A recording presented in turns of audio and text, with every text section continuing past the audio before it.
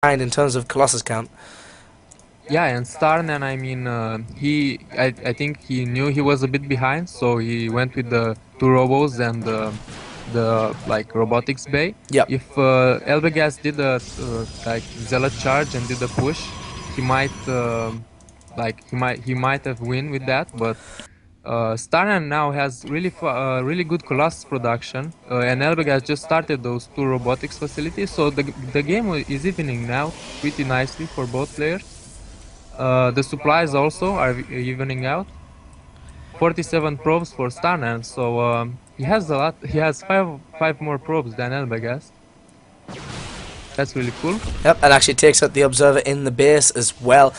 So yeah, Uh, Starnan is ahead in terms of economy and is ahead, or rather will be ahead in terms of Colossus count. It won't be a great deal though. I think he'll be up by one more because two about to pop for each player, and Starnan only has one, so he'll always have that +1 Colossus count as long as they both keep producing Colossus. That is.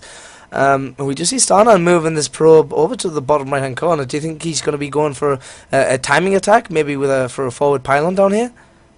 I don't think so, man. He has a forge right now. He's doing like the smartest stuff ever. Okay. If he gets +1, he doesn't get +1 soon, but okay, there he goes. If he gets +1 with Colossus and he has a lot of Colossus, I mean, Yeah, that's a lot of it's damage. just and the force just now going down for Elbegast. So for me, it looks like Elbegast hasn't been in this situation for that many times. But Starnan is doing all the right moves. So it really shows the experience of this Robo style build in PvP, like every game, Yeah. and the branches of this build Starnan has, and it's pretty much like one of the most solid builds I've seen in PvP ever. Yeah, and that's something that he's kind of like built himself somewhat, isn't it? Like he said, okay, I've got this build, it's incredibly safe and everything, and I'm just gonna go with Yeah. it. So, but he has got he did go for that pylon in the bottom right corner. So I guess that would allow him to do some harassment later on if he wants to warp in 2 or 3 zealots and move them into the third, see when it's there and whatnot, and maybe do some damage if it does ever come up. But look, just Elbegast is not going for this third right now. He is just making an army and he's going to push out. Looks like he's just going to go 2 base all in right now with his Colossus, thinking that he may have the Colossus lead.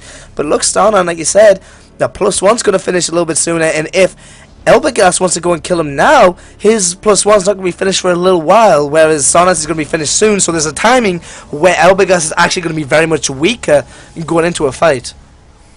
Yeah, but keep in mind that Elbegast is 20 supply up because he invested a lot of money in units and now the third base. So we're gonna see a really like close battle, I think. The Colossus counts are pretty similar. The thing is that Star will have the +1 done. He has it done. I mean, if I were Star in this position, I would sack the third. I mean, Elbegast doesn't attack yet, but I would sack the third and get my Templars up like he does.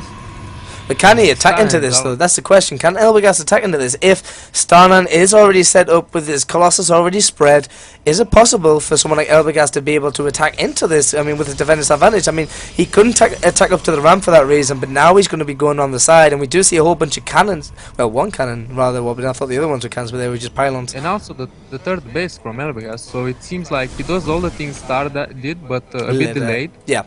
So yeah, it also boggles my mind that Elbegast has so many zealots but doesn't have charging. So this could have helped a lot. But here we have an engagement coming right here. All the zealots are going to melt because they have no charge. Good force field by Starnan.